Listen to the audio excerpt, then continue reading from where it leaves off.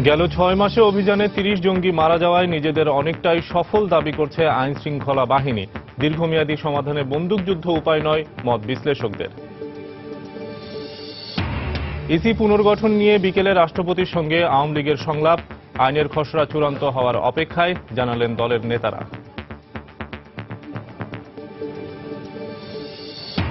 গ্রুপের নামে ভয়ঙ্কর হয়ে উঠেছে রাজধানীর উত্তরা এলাকার কিশোররা। আধিপত্য বিস্তারকে কেন্দ্র করে ঘটছে হত্যাকাণ্ড, আতঙ্কিত অভিভাবকরা। টঙ্গীর তুরাগ তীরে শুক্রবার শুরু হচ্ছে 52তম বিশ্ব ইজতেমা। সকল প্রস্তুতি প্রায় শেষ, লাখো মুসল্লির জন্য 5 স্তরের নিরাপত্তা ব্যবস্থা।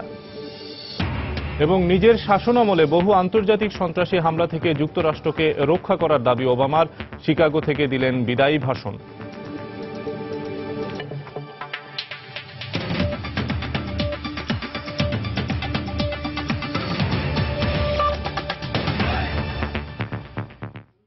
সময় সংবাদের সঙ্গে আছি আমি শফিক মোহাম্মদ। গেল ৬ মাসে আইন শৃঙ্খলা রক্ষা বাহিনীর একের পর এক অভিযানে মারা গেছে ৩০ জঙ্গি, গ্রেফতারও হয়েছেন অনেকে। এই অবস্থায় জঙ্গিবাদ দমনে নিজেদের অনেকটাই সফল দাবি করছে পুলিশ। তবে বিশ্লেষকরা বলছেন, বন্দুকযুদ্ধ কিংবা অভিযানে হত্যার মাধ্যমে সাময়িক সাফল্য পাওয়া যেতে পারে, কিন্তু দীর্ঘমেয়াদী সাফল্যের জন্য এটি সঠিক পথ নয়। পুলিশ প্রধান বলছেন, উগ্রবাদ রোধে পারিবারিক এবং সামাজিক সচেতনতা বাড়ানোর চেষ্টা করছেন তারা।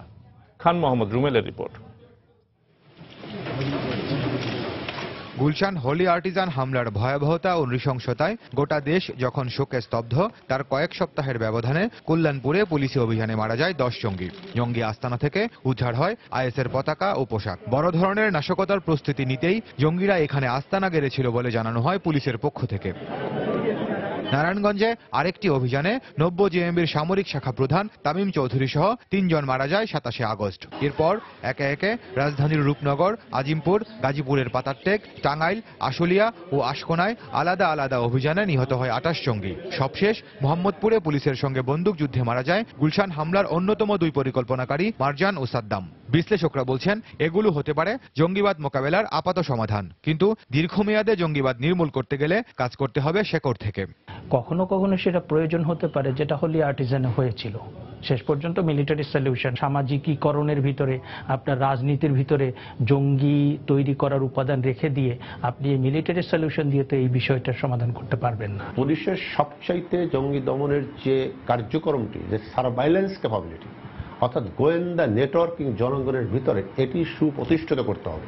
তাহলে কিন্তু এই জঙ্গিদের যেই প্রস্তুতিমূলক বা এই যে নতুন রিক্রুটমেন্ট, নতুন লোককে দলে ভিড়ানো, এই সমস্ত খবর পুলিশ পাবে। পুলিশ মহাপরিদর্শক বলছেন, জঙ্গিদের জীবিত ধরতে সর্বোচ্চ চেষ্টা করেন তারা, কিন্তু জঙ্গিরা পুলিশকে লক্ষ্য করে আক্রমণ করলে, আত্মঘাতী হওয়ার চেষ্টা করলে ঘটে হতাহতের ঘটনা। এ অবস্থা মোকাবিলায় তরুণরা যাতে উগ্রবাদে উদ্বুদ্ধ না হয়, সে লক্ষ্যে পারিবারিক ও সামাজিক সচেতনতা বাড়ানোর উপর জোর দিচ্ছেন তারা।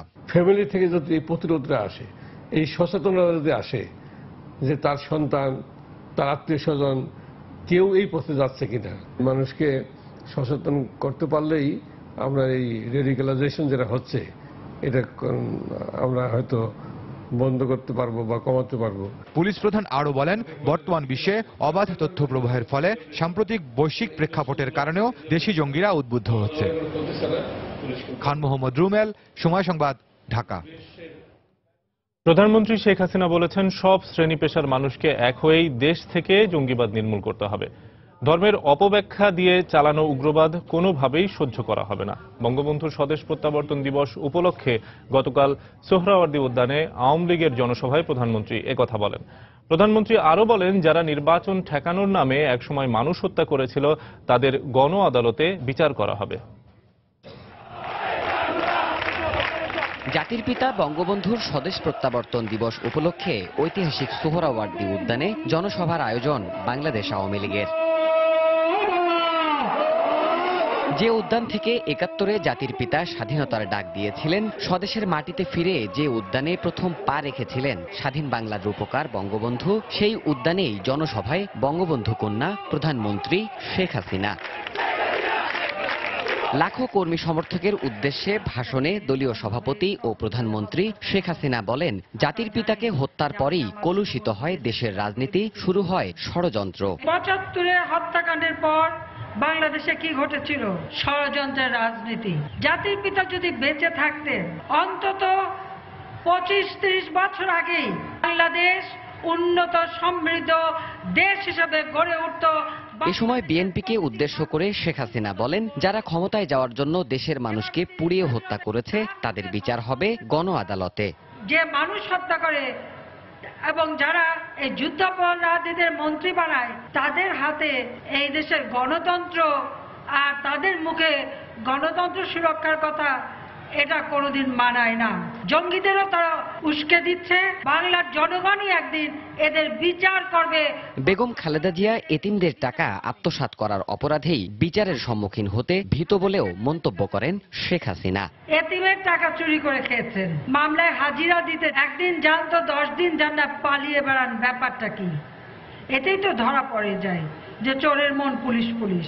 দেশের সর্বস্তরের মানুষকে সাথে নিয়ে সরকার সন্ত্রাস জঙ্গিবাদ প্রতিহত করছে জানিয়ে আওয়ামী লীগ প্রধান বলেন, ধর্মের অপব্যাখ্যায় উগ্রবাদ মেনে নেবে না জাতি।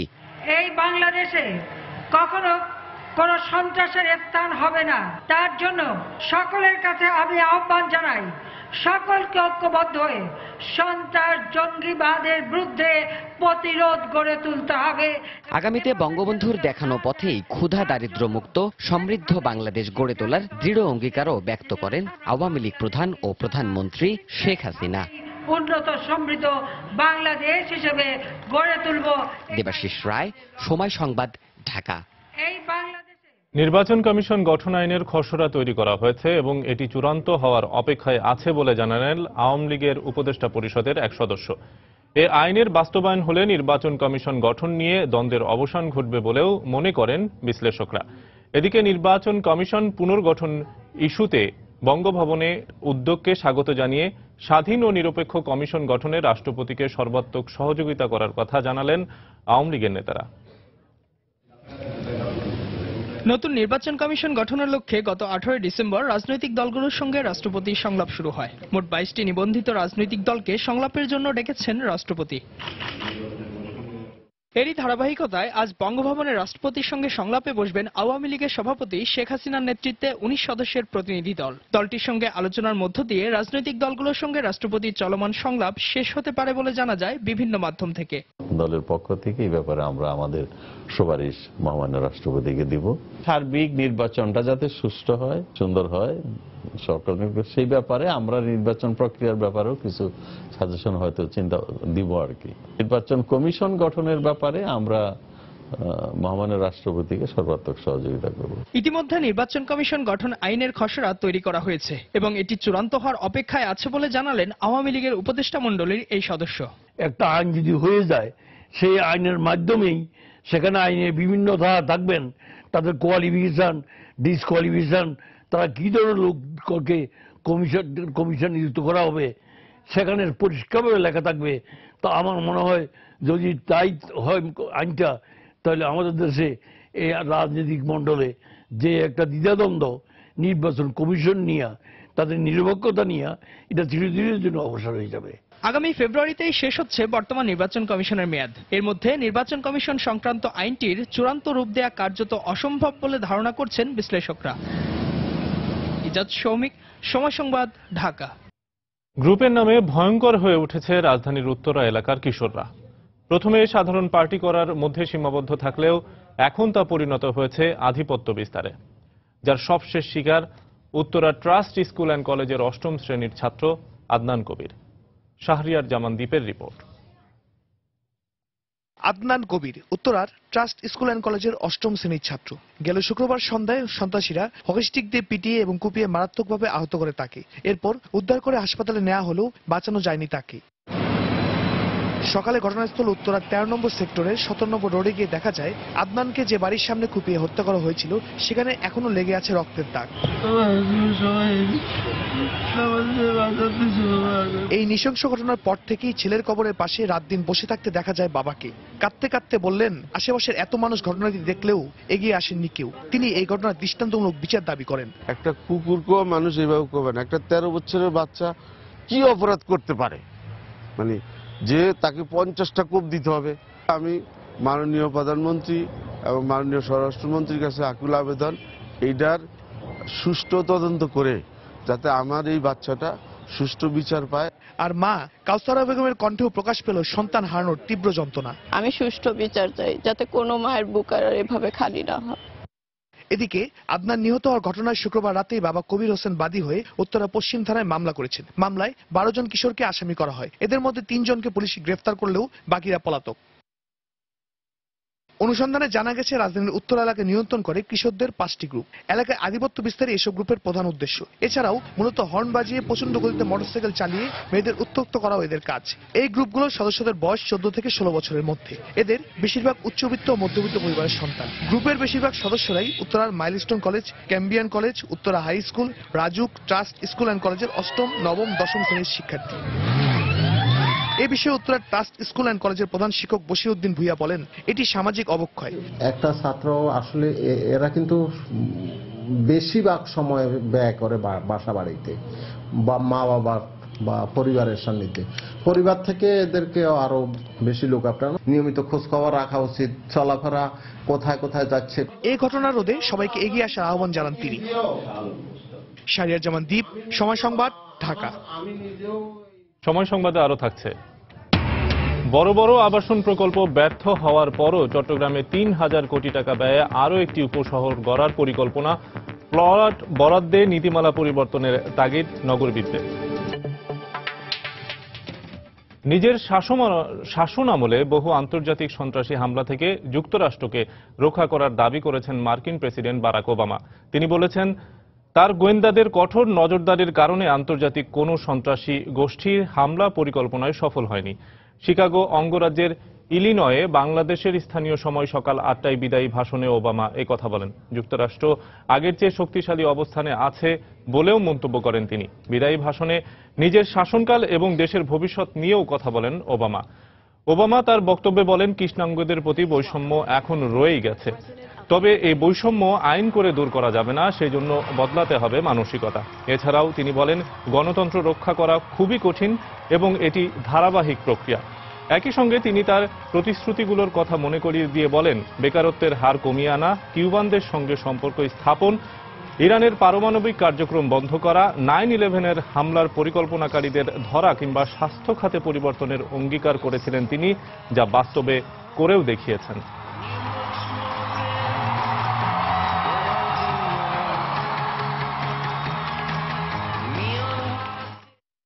You were the change. You answered people's hopes, and because of you, by almost every আমরা আপনাদের সঙ্গে নিয়ে বিশ্বকে দেখিয়েছি পরিবর্তন কিভাবে আনতে হয়। আপনাদের জন্যই যুক্তরাষ্ট্র এখন আগের চেয়ে অনেক শক্তিশালী অবস্থানে আছে। দেশে যদি গণতন্ত্র কাজ করে শুধুমাত্র তখনই ভবিষ্যৎ সুন্দর হবে এবং আমাদের হবে। দল মতের ভেদাভেদ ভুলে জাতীয় স্বার্থে কাজ করতে হবে, যা এই মুহূর্তে খুব প্রয়োজন। আর মাত্র 10 দিন পরই বিশ্ব আমাদের গণতন্ত্রের ধারার প্রত্যক্ষদর্শী হবেন। শান্তিপূর্ণভাবে ক্ষমতা হস্তান্তর করব আমরা, যেমনটা করেছিলেন প্রেসিডেন্ট বুশ। আপনাদের সবাইকে ধন্যবাদ। ধন্যবাদ আমার প্রশাসনের কর্মকর্তাদের, ধন্যবাদ মিশেলকে এই পথ চলায় আমার বন্ধু হয়ে থাকার জন্য। I committed to President-elect Trump that my administration would ensure the smoothest possible transition. Guinness book of world রেকর্ডে বাংলাদেশের নাম লেখাতে বিশ্বের সবচেয়ে বড় বিজ্ঞান এবং আইসিটি বিষয়ক ব্যবহারিক ক্লাস হতে যাচ্ছে কিশোরগঞ্জের কুলিয়ারচরে। বেলা 11টার দিকে কুলিয়ারচর উপজেলা প্রশাসনের উদ্যোগে এই আয়োজনে অংশ নেবে কুলিয়ারচর উপজেলার বিভিন্ন স্কুলের 5ম থেকে 7ম শ্রেণীর 3000-এরও বেশি শিক্ষার্থী। এই আয়োজনে অংশ নিতে সকাল থেকেই দলে দলে শিক্ষার্থীদের ঢল নামে কুলিয়ারচর থানা মাঠে। অধ্যাপক ডক্টর মোহাম্মদ জাফর ইকবালের তত্ত্বাবধানে স্কুল পর্যায়ে প্রায় 3500 শিক্ষার্থীকে পাঠদান করা হবে একই ক্লাসে, যেটি হবে বিশ্বের সবচেয়ে বেশি সংখ্যক শিক্ষার্থীর বড় ব্যবহারিক ক্লাস। এর আগে গত বছরের 16 আগস্ট অস্ট্রেলিয়ার ব্রিসবেনে 2900 শিক্ষার্থীকে নিয়ে অনুষ্ঠিত বিজ্ঞান ও আইসিটি বিষয়ক বড় ব্যবহারিক ক্লাস বিশ্ব রেকর্ড করে।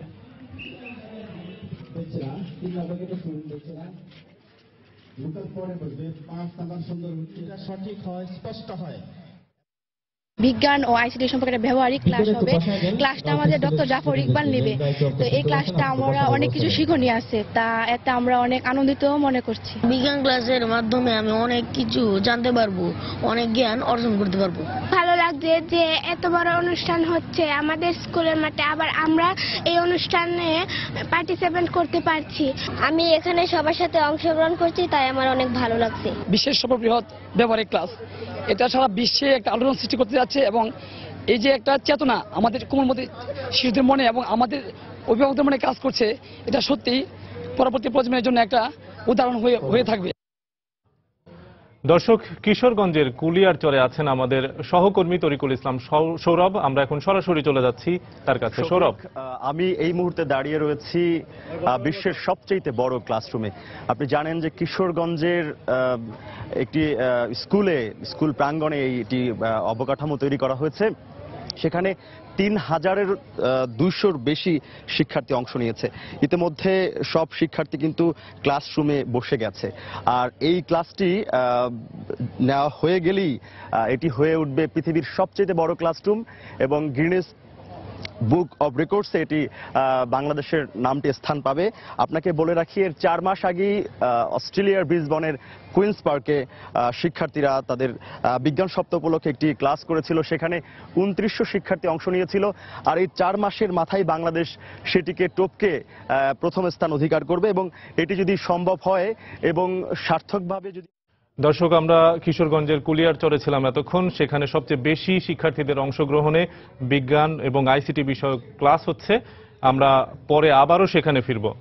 দর্শক, প্রধানমন্ত্রীর কার্যালয়ে শাপলা হলে জেলা পরিষদ নির্বাচিত চেয়ারম্যানদের শপথ বাক্য পাঠ করাচ্ছেন প্রধানমন্ত্রী শেখ হাসিনা। আমরা এখন সরাসরি চলে যাচ্ছি সেখানে।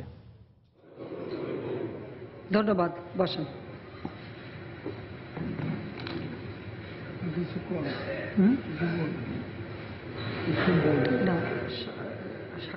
এখন মাননীয় প্রধানমন্ত্রী মহোদয়কে বক্তব্য প্রদানের জন্য বিনীত অনুরোধ করছি। স্বাক্ষর স্যার ওখানে করবে, পরে আপনার কাছে নিয়ে যাবেন। অন্দরনগরী চট্টগ্রামে কর্ণফুলী, কল্পলোক, অনন্যা এবং সলিমপুরের মতো বড় বড় আবাসন প্রকল্প ব্যর্থ হওয়ার পরও 3000 কোটি টাকা খরচ করে নতুন আরও একটি আবাসন প্রকল্প করতে যাচ্ছে চট্টগ্রাম উন্নয়ন কর্তৃপক্ষ। নগরীর বায়েজিদ এবং জেলার হাটহাজারীর অংশবিশেষ নিয়ে তৈরি করা হবে অনন্যা 2 নামে এই প্রকল্পটি। সেখানে আবাসনের পাশাপাশি হাসপাতাল, বিশ্ববিদ্যালয় সহ সব ধরনের সুবিধা নিয়ে একটি উপশহর গড়ার পরিকল্পনা সিডিএর। বিস্তারিত জানাচ্ছেন কমল দে। নগরবাসীর আবাসন সমস্যা দূর করাই হলো চট্টগ্রাম উন্নয়ন কর্তৃপক্ষের প্রধান কাজের একটি, কিন্তু সংস্থাটি নেওয়া প্রকল্পগুলো সফল হতে পারছে না। কল্পলোক আবাসিক কয়েকটি ভবন উঠল, কর্ণফুলী, অনন্যা ও সলিমপুর আবাসিক এলাকাতে এখন পর্যন্ত একটি ভবনও ওঠেনি। খেলার মাঠ, স্কুল, ডে কেয়ার সেন্টার, উপাসনালয়, কমিউনিটি সেন্টার, এই উপাদানগুলো থাকলে তবেই কিন্তু একটা আবাসিক এলাকা বসবাসের উপযোগী হয় কিংবা সফল হয়। দর্শক, প্রধানমন্ত্রীর এই মুহূর্তে জেলা পরিষদ নির্বাচনে যারা নির্বাচিত হয়েছেন তাদেরকে শপথ বাক্য পাঠ করাচ্ছেন। আমরা সরাসরি চলে যাচ্ছি সেখানে। আমরা নিজেরা একটি উদ্যোগ নিই এবং স্থানীয় সরকার প্রতিষ্ঠার আইন আমরা পাশ করে রেখে যাই। যদিও উপজেলা, ইউনিয়ন পর্যায়ে নির্বাচন হয়েছে, কিন্তু জেলা পরিষদের সরাসরি নির্বাচন এবারই প্রথম হলো। আমরা ইলেকট্রাল কলেজের মাধ্যমে এই নির্বাচন অনুষ্ঠিত করার আইন পাশ করি এবং সেই মোতাবেক এই নির্বাচন অনুষ্ঠিত হয়েছে। আমাদের লক্ষ্য দেশের মানুষের সেবা দেওয়া। আমরা যখন স্বাধীনতা অর্জন করি 7.5 কোটি মানুষ ছিল, আজকে 16 কোটি মানুষ। আমাদের এই ভূখণ্ড সীমিত, তার মাঝে এত মানুষের সেবা পৌঁছানো এটা অত্যন্ত কষ্টসাধ্য। সে কারণে আমরা সবসময় বিশ্বাস করি যে ক্ষমতাটাকে যত আমরা বিকেন্দ্রীকরণ করতে পারবো, জনসেবা তত নিশ্চিত হবে। আর সেই লক্ষ্য নিয়ে স্থানীয় সরকারকে শক্তিশালী করার পদক্ষেপ আমরা নিয়েছি।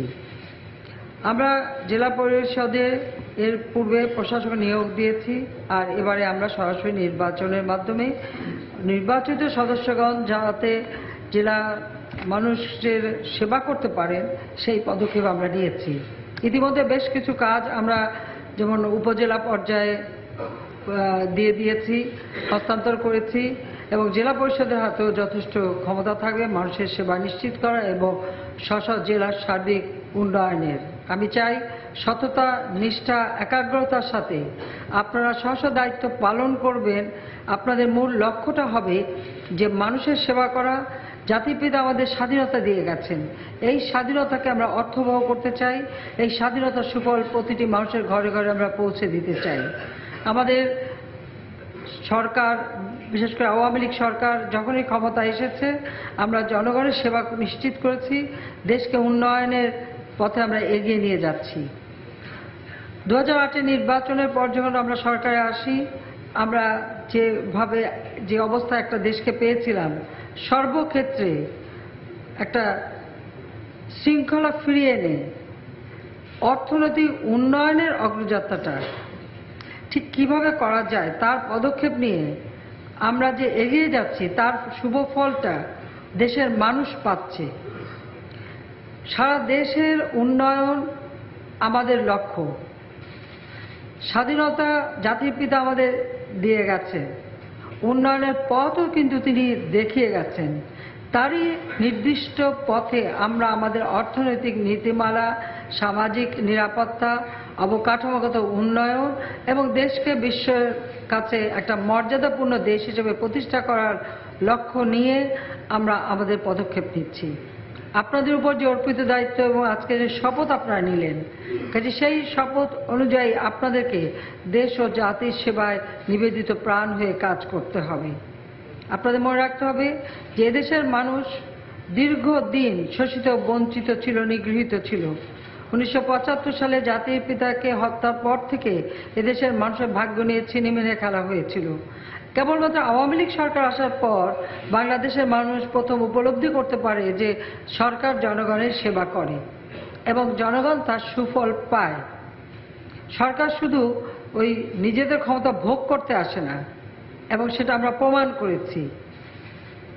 2008 পর 2014 সালে যখন নির্বাচন হলো, সেই নির্বাচনে জনগণ আমাদের ভোট দিয়ে নির্বাচিত করলো, যার ফলে আমাদের যে উন্নয়নের যে গতিধারাটা, সেই ধারাবাহিকতা বজায় থেকেছে বলে আজ 8 বছরে বাংলাদেশ অনেক দূর এগিয়ে গেছে। আমাদের লক্ষ্য বাংলাদেশকে আমরা ক্ষুধামুক্ত, দারিদ্র্যমুক্ত সোনার বাংলাদেশ হিসেবে গড়ে তুলব। সোনার বাংলা গড়ে তোলার স্বপ্ন জাতির পিতার। কিন্তু এদেশের মানুষ যদি ক্ষুধার্ত থাকে, অশিক্ষিত থাকে, তারা যদি রোগে ধুকে মারা যায়, তাহলে এই সোনার বাংলাদেশ গড়ার কখনোই অর্জন সম্ভব না। আজকে আমরা অন্তত দ্ব্যর্থহীনভাবে বলতে পারি বাংলাদেশ এখন খাদ্যের স্বয়ংসম্পূর্ণতা অর্জন করেছে, চিকিৎসা সেবা জনগণের দোরগোড়ায় আমরা পৌঁছে দিয়েছি, শিক্ষা যাতে আরও ভালোভাবে হয় তার জন্য যে সমস্ত ব্যবস্থা আমরা নিয়েছি, যেমন বিনামূল্যে বই দিচ্ছি, আমরা বৃত্তি দিচ্ছি, আমরা বিভিন্নভাবে অবকাঠামো গড়ে তুলছি, স্কুল, কলেজ, ইউনিভার্সিটি গড়ে তুলছি, বিভিন্ন ট্রেনিং সেন্টার গড়ে তুলছি, ট্রেনিং ইনস্টিটিউট গড়ে তুলছি, বিভিন্ন বহুমুখী কর্মপরিকল্পনা বাস্তবায়ন করে যাচ্ছি, যার সুফল দেশের মানুষ পাচ্ছে।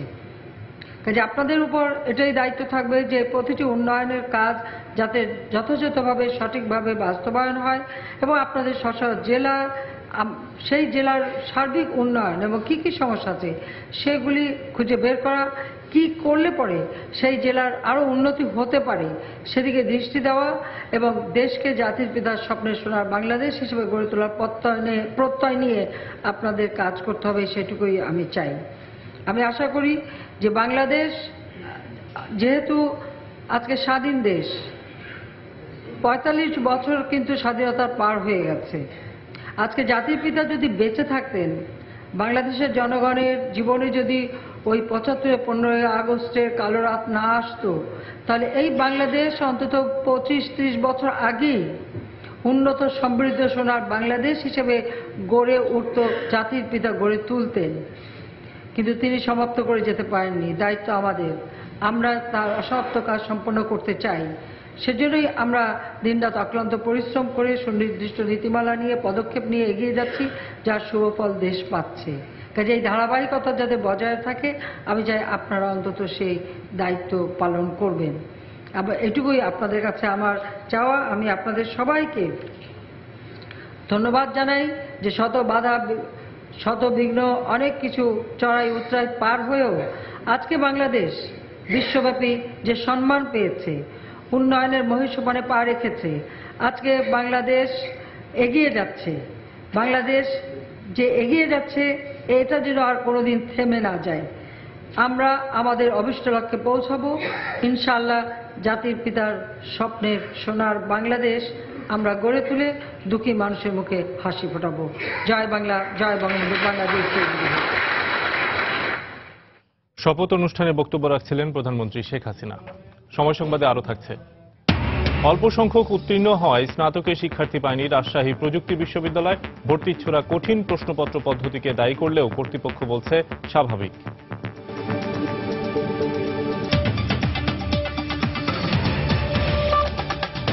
গাজীপুরে টঙ্গীর তুরাগ তীরে 52তম বিশ্ব ইজতেমার সকল প্রস্তুতি সম্পন্ন হয়েছে। আগামী শুক্রবার থেকে শুরু হবে 3 দিন ব্যাপী বিশ্ব ইজতেমার প্রথম পর্ব।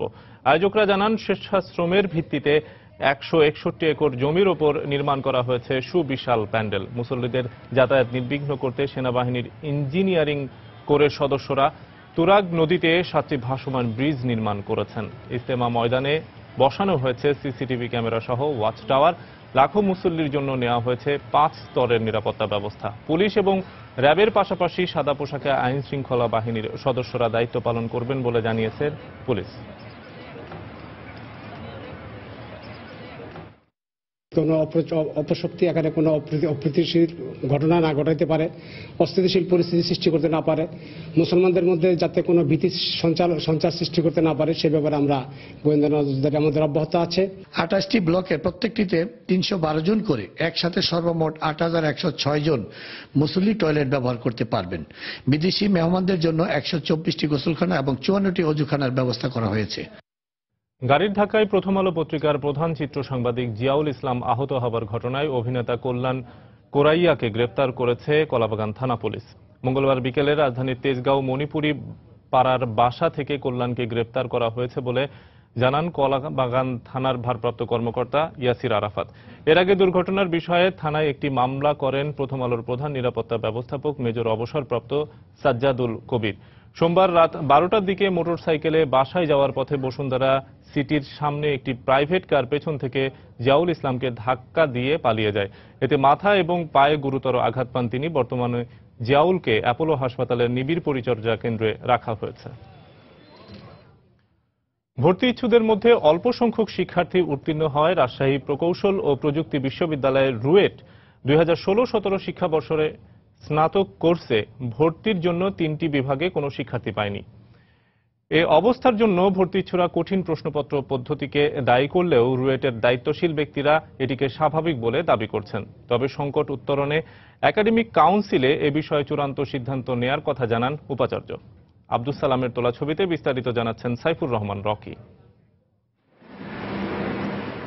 গেল বছরের 26 অক্টোবর বাছাইকৃত জিপিএ 5 প্রাপ্ত সেরা শিক্ষার্থীরা রাজশাহী প্রকৌশল ও প্রযুক্তি বিশ্ববিদ্যালয় রুয়েট প্রথম বর্ষের ভর্তি পরীক্ষায় অংশ নেয়। 870 আসনের বিপরীতে 8000 ভর্তিচ্ছু শিক্ষার্থী এতে অংশ নেয়। এর মধ্যে মাত্র 2500 শিক্ষার্থী উত্তীর্ণ হয়, যার অধিকাংশই আবার দেশের নামিদামি মেডিকেল বা ইঞ্জিনিয়ারিং প্রতিষ্ঠানে ভর্তি হয়েছে। এতে glass and ceramic engineering, urban and regional planning ও ম্যাটেরিয়াল সায়েন্স নতুন এই 3টি বিভাগে ভর্তির জন্য উত্তীর্ণ একজন শিক্ষার্থীও পায়নি কর্তৃপক্ষ। এ অবস্থার জন্য জটিল প্রশ্নপত্র পদ্ধতিকে দায়ী করেছেন শিক্ষার্থীরা। বিগত সালে যে পরীক্ষাগুলো হয়েছিল তার চেয়ে এবারে প্রশ্নটা অনেকটা হার্ড ছিল, যে কারণে আমাদের ইয়াতে আপনার পাস মার্ক তুলতে আমাদের সমস্যা হয়েছে। এই রুয়েটে এখন যে সিটটা ফাঁকা আছে ওই সিটটা তো যে স্টুডেন্টগুলো ঘুরে বেড়াচ্ছে তাদের দিয়ে অন্তত পক্ষে পূরণ করা উচিত। আমরা তো পরীক্ষা দিয়েছিলাম। এছাড়া অন্যান্য বিভাগে 230টি আসন এখনো খালি আছে। তবে এটিকে স্বাভাবিক বলে দাবি করেছেন ভর্তি পরীক্ষা কমিটির দায়িত্বশীলরা। আমাদের সিস্টেমে তো কোনো সমস্যা নেই। এখন এটার ভিতরে অনেক কারণই থাকতে পারে যেগুলো আমরা স্টুডেন্টের কাছে শুনতেছি আর কি। তারা বেশিরভাগই ঢাকায় পড়তে ইচ্ছুক, তারপরে যার যেখানে ভালো লাগছে যে যেখানে তার চয়েস মনে করছে সে সেখানে ভর্তি হচ্ছে। অবশ্য সংকট উত্তরণে একাডেমিক কাউন্সিলে এ বিষয়ে চূড়ান্ত সিদ্ধান্ত নেয়ার কথা জানালেন উপাচার্য। বিশেষ করে ইঞ্জিনিয়ারিং গুলো হওয়ার কারণে এই একটা অসুবিধা হয়েছে, কারণ এই ছেলেগুলাই বাংলাদেশের অন্যান্য বিশ্ববিদ্যালয়ের সাথে ভাগ হয়ে গেছে। একাডেমিক কাউন্সিলে সিদ্ধান্ত নেওয়া হবে এগুলো খালি থাকবে না ভর্তি করা হবে। রুয়েটের 14টির মধ্যে এ পর্যন্ত 5টি বিভাগে আসন সংখ্যা পূর্ণ হয়েছে। 14 জানুয়ারি থেকে শুরু হবার কথা নতুন শিক্ষাবর্ষের ক্লাস। সাইফুর রহমান রকি, সময় সংবাদ, রাজশাহী। পাটপণ্যের বহুমুখীকরণ, ব্যবহার বাড়ানো এবং বিশ্বব্যাপী এর পরিচিতি বাড়াতে রাজধানীর জুট ডাইভার্সিফিকেশন প্রমোশন সেন্টার জেডিপিসিতে চালু করা হচ্ছে প্রদর্শনী কেন্দ্র। কাল আনুষ্ঠানিকভাবে উদ্বোধন করা হবে কেন্দ্রটি। বস্ত্র এবং পাট মন্ত্রণালয় বলছে উদ্যোক্তাদের জন্য বিশেষভাবে সহযোগিতার হাত বাড়াবে এই সেন্টারটি। তবে এ ধরনের প্রতিষ্ঠানের নিয়মিত তদারকির পরামর্শ দিয়েছেন অর্থনীতিবিদরা। বিস্তারিত জানাচ্ছেন কাজল আব্দুল্লাহ। বিভিন্ন ধরনের উচ্চমানের পাটপণ্য উৎপাদন এবং ক্ষুদ্র ও মাঝারি শিল্প স্থাপনে সহায়তার উদ্দেশ্যে বস্ত্র ও পাট মন্ত্রণালয়ের অধীন 2002 সালে গঠন করা হয় জুট ডাইভার্সিফিকেশন প্রমোট সেন্টার জেডিপিসি। সে সময় থেকেই পাটপণ্য বহুমুখীকরণের নানা কার্যক্রম হাতে নেয় প্রতিষ্ঠানটি। এরই ধারাবাহিকতায় রাজধানীর জেডিপিসিতে বহুমুখী পাটপণ্যের প্রদর্শনী কেন্দ্র চালু করা হচ্ছে বলে জানায় বস্ত্র ও পাট প্রতিমন্ত্রী। পাটপণ্যের যে বিভিন্ন সামগ্রী যেগুলো আছে সেগুলো ডিসপ্লে করার জন্য কিন্তু আমরা জেডিপিসি সেন্টারের 2 তলা আমরা কিন্তু একটা ডিসপ্লে সেন্টার করেছি। এতে পাটের যত বহুমুখী পণ্য আছে একটা জায়গায় কিন্তু আসলে সবাই দেখতে পাবে এবং সেই জায়গা থেকে তারা কোনো বায়ার আসলে কিনতেও পারবে এবং কোনো অর্ডার দিলে পরে পারবে। জেডিপিসির প্রতিষ্ঠার দীর্ঘ 15 বছর পর এমন উদ্যোগ বাস্তবায়নে যাচ্ছে সরকার। অর্থনীতিবিদরা বলছেন দেরিতে হলেও সরকারের এই উদ্যোগ ক্রেতা বিক্রেতাদের মাঝে সংযোগ বৃদ্ধি করবে। পাট খাতের ডাইভার্সিফাইড পণ্য সারা দেশ জুড়ে ক্ষুদ্র ক্ষুদ্র উদ্যোক্তারা উৎপাদন করেন এবং তাদের পক্ষে রেগুলার এগুলো প্রদর্শনী করা এবং ভোক্তার কাছে পৌঁছে দেওয়াটা অনেক সময় কষ্টকর হয়। সেই দৃষ্টিভঙ্গি থেকে ডিসপ্লে সেন্টারের একটা যৌক্তিকতা রয়েছে। মূল সমস্যাটি হচ্ছে একটি ডিসপ্লে সেন্টার করবার পরে এটিকে কমার্শিয়ালি ভোক্তার কাছে পৌঁছে দেবার জন্য পরবর্তী যে উদ্যোগগুলো সেটি প্রায়শই দেখা যায় না। শুধু প্রদর্শনী নয়, এসব পণ্যের প্রচারণা বৃদ্ধির জন্য সরকারি বরাদ্দ বাড়ানোর তাগিদ দিলেন এই অর্থনীতিবিদ। বেসরকারি খাত বিভিন্নভাবে বিজ্ঞাপন বা পণ্য পরিচিতির জন্য ইন্টারনেট বা অন্যান্য মাধ্যমে ব্যবহার করে থাকে। সেই ধরনের ব্যবস্থা যদি না নেওয়া হয় এবং প্রতি বছর তার জন্য যদি অনেক বড় বাজেট না থাকে, শুধুমাত্র পণ্য প্রদর্শন করাটি আসলে পণ্য বিক্রির জন্য যথেষ্ট না। রাজধানী ছাড়াও ভবিষ্যতে দেশের অন্যান্য 5টি শহরেও পাট পণ্যের একই প্রদর্শনী চালু করা হবে বলে জানায় জেডিপিসি। কাজল আব্দুল্লাহ, সময় সংবাদ, ঢাকা।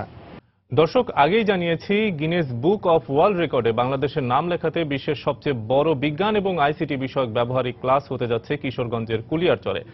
কিশোরগঞ্জের কুলিয়ারচরে আছেন রিপোর্টার তরিকুল ইসলাম সৌরভ। আমরা এখন সরাসরি চলে যাচ্ছি তার কাছে। সৌরভ, এখন আগে আমি জানিয়েছিলাম আমরা রয়েছি পৃথিবীর সবচেয়ে বড় ক্লাসরুমে।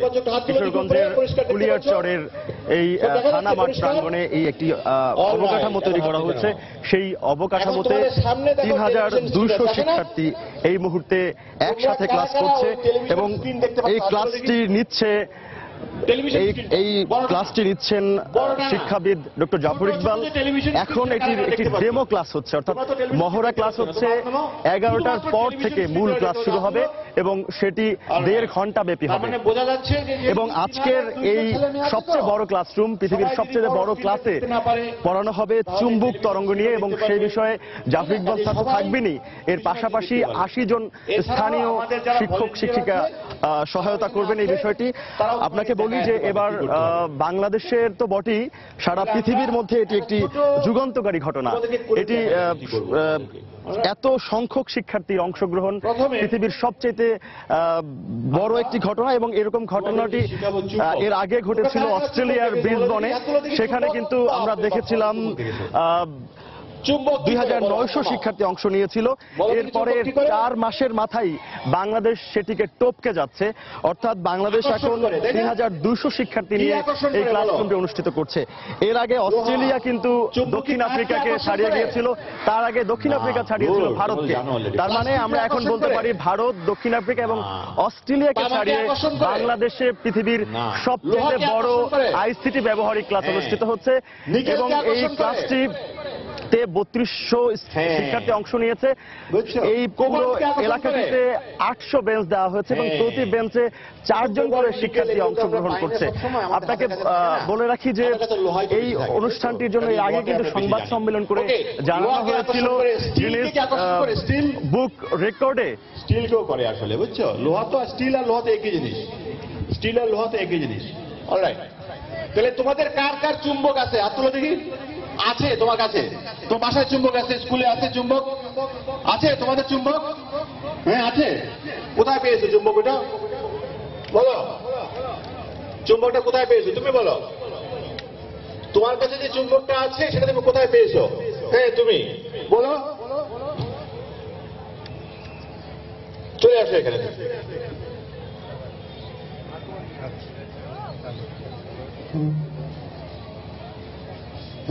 হ্যালো,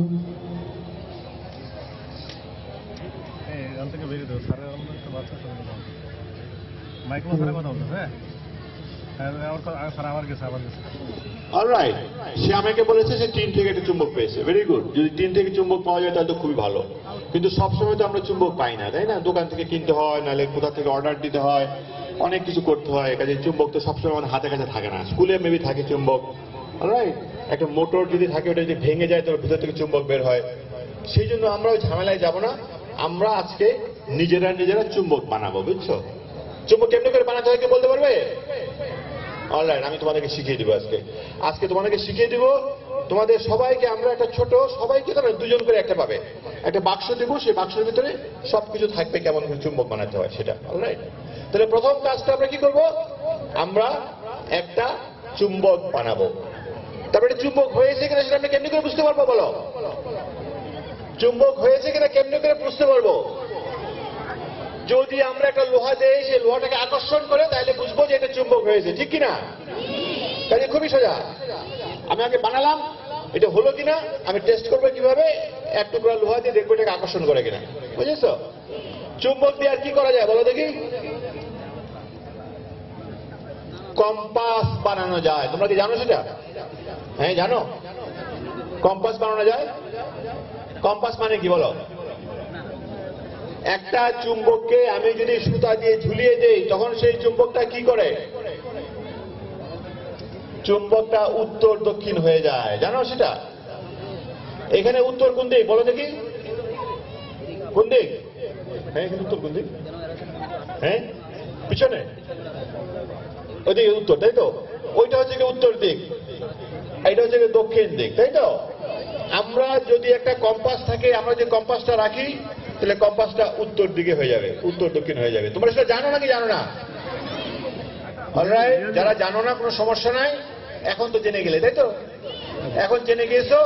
কাজেই আমরা যদি সেই চুম্বকটা দিয়ে কম্পাস বানাতে পারি, সেই কম্পাসটা উত্তর দক্ষিণ হয়ে যাবে। জাফর ইকবাল স্যার তড়িৎ চুম্বকত্ব নিয়ে প্রথমে শিক্ষার্থীদের জানাচ্ছেন, তারপর শিক্ষার্থীরা ব্যাটারি দিয়ে একটি তড়িৎ চুম্বক বানাবেন, সেটি দিয়ে কয়েকটি বস্তুকে চুম্বকত্বের ভিত্তিতে গ্রুপে ভাগ করবে।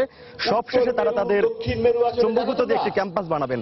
আর এটি আইসিটির অংশের জন্য তারা ভাববে নিজের একটি বড় লাইনের অংশ কিনা, যা সুইচের মাধ্যমে সংযুক্ত হবে এবং ইমেলের মাধ্যমে এটির ফলাফল মূলত জানানো হবে। এই পৃথিবীর সবচেয়ে বড় ক্লাসরুমের যে আয়োজন, সেটির এখন মহড়া চলছে। খানিকক্ষণ পর অর্থাৎ 11টার পরে কিন্তু এটির মূল আনুষ্ঠানিকতা শুরু হবে। এরপরে দ্বিতীয় অংশ অর্থাৎ আলোচনা অনুষ্ঠিত হবে। এই ছিল এখানকার সর্বশেষ খবরাখবর।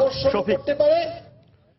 দর্শক, কিশোরগঞ্জের কুলিয়াচরে দেশের সবচেয়ে বড়, সর্বোপরি বিশ্বের সবচেয়ে বড় বিজ্ঞান ক্লাস নিচ্ছিলেন আমাদের সবার প্রিয় শিক্ষাবিদ ডক্টর মোহাম্মদ জাফর ইকবাল। আর সেখান থেকে সর্বশেষ খবর জানাচ্ছিলেন আমাদের সহকর্মী তরিকুল ইসলাম সৌরভ। এ পর্যায়ে শীর্ষ সংবাদ জানিয়ে দিচ্ছি আরেকবার।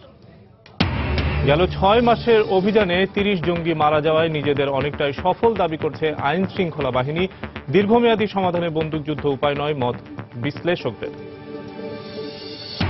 সততা নিষ্ঠার সঙ্গে জনপ্রতিনিধিদের দায়িত্ব পালনের নির্দেশ প্রধানমন্ত্রীর। শপথ নিলেন নবনির্বাচিত 59 জেলা পরিষদ চেয়ারম্যান।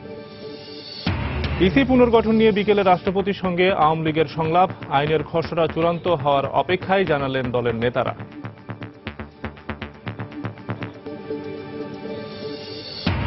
টঙ্গীর তুরাগ তীরে শুক্রবার শুরু হচ্ছে 52তম বিশ্ব ইজতেমা। সকল প্রস্তুতি প্রায় শেষ। লাখো মুসল্লির জন্য 5 স্তরের নিরাপত্তা ব্যবস্থা। কিশোরগঞ্জের কুলিয়ারচরে 3000-এরও বেশি শিক্ষার্থীর ব্যবহারিক ক্লাসের বিশাল আয়োজন, গিনেস বুকে জায়গা করে নেয়ার প্রত্যাশা। এবং নিজের শাসন আমলে বহু আন্তর্জাতিক সন্ত্রাসী হামলা থেকে যুক্তরাষ্ট্রকে রক্ষা করার দাবি ওবামার, শিকাগো থেকে দিলেন বিদায়ী ভাষণ। এই ছিল এখনকার মতো। যে কোনো খবর পেতে ভিজিট করুন সময়নিউজ.tv। যে কোনো বাংলা লিংক রবি নম্বর থেকে সময় সংবাদের খবর, অনুষ্ঠান সম্পর্কে জানতে এবং যে কোনো তথ্য সময় সংবাদকে জানাতে ডায়াল করুন 16242 নম্বরে। এছাড়া এই মাত্র পাওয়া খবর আপনার মোবাইলে পেতে SMS করুন *BN লিখে পাঠিয়ে দিন 16242 নম্বরে। আর সঙ্গে থাকুন সময়ের।